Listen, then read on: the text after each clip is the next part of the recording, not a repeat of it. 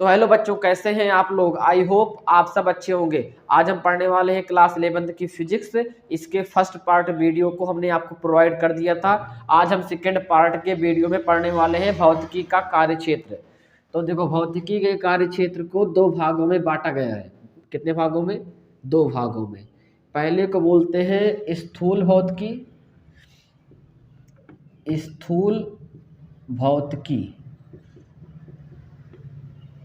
इसको इंग्लिश में कहते हैं माइक्रोस्कोपिक। Microscopic physics. और दूसरे को बोलते हैं क्या? सूक्ष्म भौतिकी। सूक्ष्म भौतिकी, इसको इंग्लिश में बोलते हैं माइक्रोस्कोपिक। दोनों में सिर्फ इंग्लिश में एक वर्ड का डिफरेंस है। इसमें एम एस सी लिखा रहता है, इसमें एम आई लिखा रहता है। Microscopic physics. तो देखो, दोनों में डिफरेंस क्या है समझते हैं। पहला, माइक्रोस्कोपिक फिजिक्स क्या है? विज्ञान की, मतलब भौतिक विज्ञान की वह शाखा जिसके अंतर्गत हम पार्थिव का मतलब क्या होता है? पृथ्वी से संबंधित। पार्थिव मतलब क्या? पृथ्वी से संबंधित घटनाओं का अध्ययन करते हैं। संबंधित घटनाओं का अध्ययन करते हैं। जैसे आप बोल सकते हो खगोलीय पिंडों बता रहा हूँ क्या है। खगोलीय पिंडों के बारे में। खगोलीय पिंड का मतलब है जैसे आकाश कर रहे हैं, सूर्य, तारा, इन बड़े बड़े सूर्य, तारा, पृथ्वी, ग्रहों के बारे में अगर हम किसी बड़े, मतलब कि पृथ्वी पर किसी बड़े चीज के बारे में अध्ययन करते हैं तो उसे कहते हैं स्थूल भौतिकी।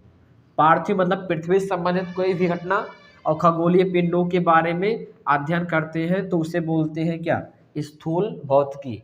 और इसको हम रखते हैं चिरसम्मत सिद्धांत के अंतर्गत।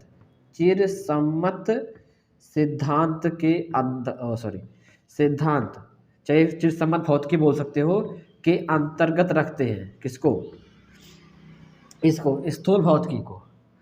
और उसके बाद इसको अंग्रेजी में बोलते हैं क्लासिकल फिजिक्स।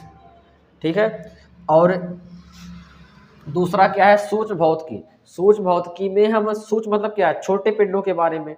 तो भौतिक विज्ञान की वह शाखा जिसके अंतर्गत हम नाभिकीय घटनाओं के बारे में, नाभिकीय बोल दो या परमाणविक घटनाओं के बारे में अध्ययन करते हैं।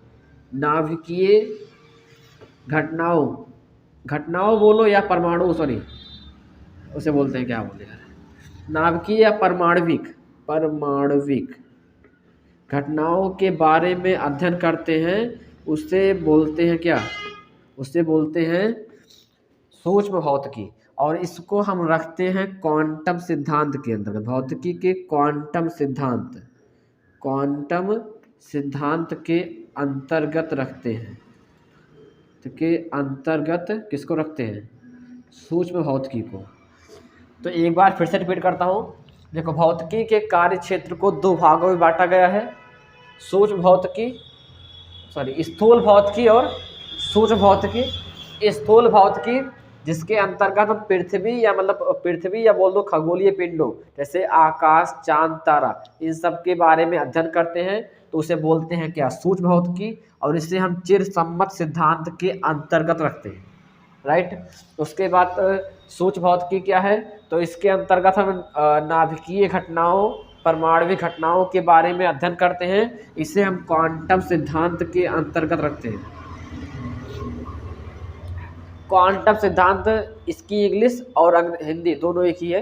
क्वांटम एक वर्ड है, इसे आप पढ़ेंगे आगे फिजिक्स में या केमिस्ट्री में है। ठीक है। तो अब हम पढ़ते हैं कि स्थूल भौतिकी को कितने भागों में बांटा गया है। तो बच्चों, स्थूल भौतिकी को 5 भागों में और सूक्ष्म भौतिकी को 2 भागों में बांटा गया है। हमने इसे पहले से ही लिख दिया क्योंकि लिखने में काफ़ी टाइम खराब होता है और वीडियो अधिक लंबी हो जाती है। ठीक है। तो पहला है स्थूल भौतिकी का पहला भाग यांत्रिकी, यानी कि मैकेनिक्स बोलते हैं। दूसरा ऊष्मागतिकी, थर्मोडायनेमिक। तीसरा है दोलन तथा तरंग, ओसिलियन एंड वेव्स। तीसरा है प्रकाश की, यानी कि ऑप्टिक्स। और पांचवा है लास्ट वाला वैद्युत गतिकी, इलेक्ट्रोडायनेमिक। उसके बाद तो सूक्ष्म भौतिकी को दो भागों में बांटा गया है, परमाणु भौतिकी एटॉमिक फिजिक्स और नाभिकीय भौतिकी न्यूक्लियर फिजिक्स।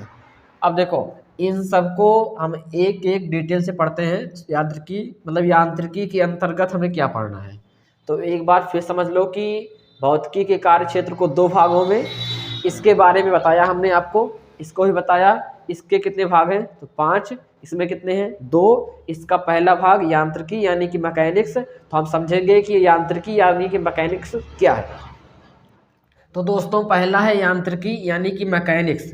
मैकेनिक्स के अंतर्गत हमें क्या पढ़ना है, तो हम इसमें विभिन्न प्रकार की गतियों, जैसे रेखीय गति हो गई, एक समतलीय गति हो गई, इन सब के बारे में पढ़ेंगे। और यह लिखा है गतियों में बल तथा उनके प्रभावों के बारे में क्या करते हैं, अध्ययन करते हैं। किसके अंतर्गत, यांत्रिकी के अंतर्गत। जैसे बल हो गया, द्रव्यमान हो गया, त्वरण, रेखीय संवेग, कार्य, ऐसे बहुत सारी चीजें हैं जिनके बारे में हम यांत्रिकी के अंतर्गत पढ़ेंगे। तो एग्जाम में इनमें से कोई डिफिनेशन नहीं पूछती, बस हम पढ़ा रहे हैं आपकी जानकारी के लिए, ठीक है। अब दूसरा क्या पढ़ेंगे, ऊष्मागतिकी यानी कि थर्मोडायनेमिक। तो बच्चा लोगों हमारे पास दूसरा है ऊष्मागतिकी यानी कि थर्मोडायनेमिक। इसके अंतर्गत हमें ऊष्मा की प्रकृति, संरक्षण और उनके विभिन्न प्रभावों के बारे में पढ़ना है। ऊष्मा के बारे में तारिये की ताप यानी हीट के बारे में पढ़ेंगे। इसकी हीट के बारे में कहाँ पढ़ेंगे, ऊष्मागतिकी के अंतर्गत। हमने लिखा है जैसे ताप, ऊष्मा, आंतरिक ऊर्जा। जैसे आप समझते हो कि किसी भी वस्तु को अगर तुम धूप में रखोगे तो गर्म हो जाएगी, इन सब चीज़ों के बारे में हम कहाँ अध्ययन करेंगे, तो ऊष्मागतिकी के अंतर्गत, ठीक है। ये हमारा कौन सा रहा, सेकंड वाला। अब इसका थर्ड पार्ट क्या है, दोलन तथा तरंग। तरंग समझते हो ना, वेव। जब किसी तालाब में किसी कंकड़ को फेंको तो उसमें एक ऐसे जिगजैग मोशन उठता है ना, उसे क्या कहते हैं, तरंग। और तरंग के कारण ही ये ध्वनि जो होती है हमारे कानों तक पहुंचती है। तो इन सब के बारे में हमें कहाँ पढ़ना है, दोलन और तरंग के अंतर्गत। इसमें हमें वस्तुओं के कंपन और कंपन के कारण क्यों हो रहा है और ध्वनि कैसे हमें सुनाई देती है, इन सब के बारे में हम कहाँ पढ़ेंगे, दोलन और तरंग के अंतर्गत। जैसे आवाज का सुनाई देना, ठीक है। उसके बाद चौथा हमारे पास है प्रकाश की, ऑप्टिक्स। ऑप्टिक्स आपने पढ़ा है 10th में, जिसके अंतर्गत हमें प्रकाश की विभिन्न घटना जैसे परावर्तन, अपवर्तन, पूर्ण विक्षेपण, पूर्ण आंतरिक परावर्तन, प्रकीर्णन, इन सब के बारे में कहाँ पढ़ेंगे हम, प्रकाश की यानी कि ऑप्टिक्स के अंतर्गत, ठीक है। और पांचवा है वैद्युत गतिकी, इलेक्ट्रोडायनेमिक।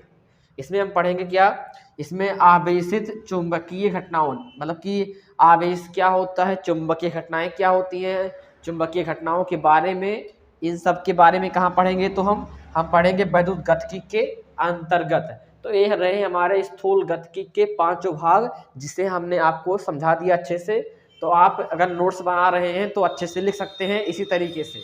तो समझते हैं कि सूक्ष्म गतिकी के बारे में इसमें क्या क्या है। तो देखिए बच्चों, हमारे पास सूक्ष्म भौतिकी के 2 भाग हैं, परमाणु भौतिकी और नाभिकीय भौतिकी। परमाणु भौतिकी यानी कि एटॉमिक फिजिक्स के हम अंतर्गत क्या पढ़ेंगे, तो हम परमाणु के यानी नाभिक के बाहरी घटनाओं के बारे में पढ़ेंगे। जैसे नाभिक है, उसके बाह्यतम कोश में क्या क्या होता है, इन सब चीज़ों के बारे में कहाँ पढ़ेंगे, परमाणु भौतिकी के अंतर्गत। और दूसरा है नाभिकीय भौतिकी, इसके अंतर्गत हम क्या पढ़ेंगे, इसके अंतर्गत हम नाभिक के अंदर की घटनाओं के बारे में पढ़ेंगे कि नाभिकीय बम, मतलब बोलते हैं परमाणु बम कैसे कार्य करता है। जैसे आप थोड़ा सा बता दें कि परमाणु बम कैसे काम करता है। आप जानते होंगे जैसे एक परमाणु होता है, जब 2 छोटे परमाणु में टूट जाता है, जिसे नाभिकीय विखंडन कहते हैं। अगर 10th में पढ़े होंगे तो आप सुने होंगे नाभिकीय विखंडन। तो ऐसे एक छोटा सा परमाणु क्या होता है, 2 अलग अलग परमाणु टूटता है, फिर एक परमाणु अलग छोटे परमाणु टूटता रहता है, इसी को बोलते हैं परमाणु बम।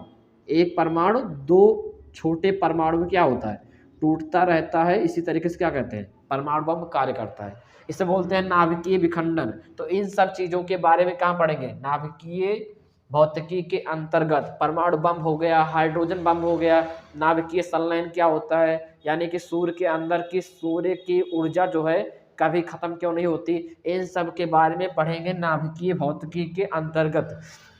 तो आई होप आपको यह वीडियो, मतलब आज का जो हमने आपको पढ़ाया है भौतिकी का कार्य क्षेत्र, अच्छे समझ में आया होगा। अगर समझ में आया हो तो वीडियो को लाइक एंड अपने दोस्तों का शेयर कीजिएगा। मिलते हैं अगले वीडियो में। धन्यवाद।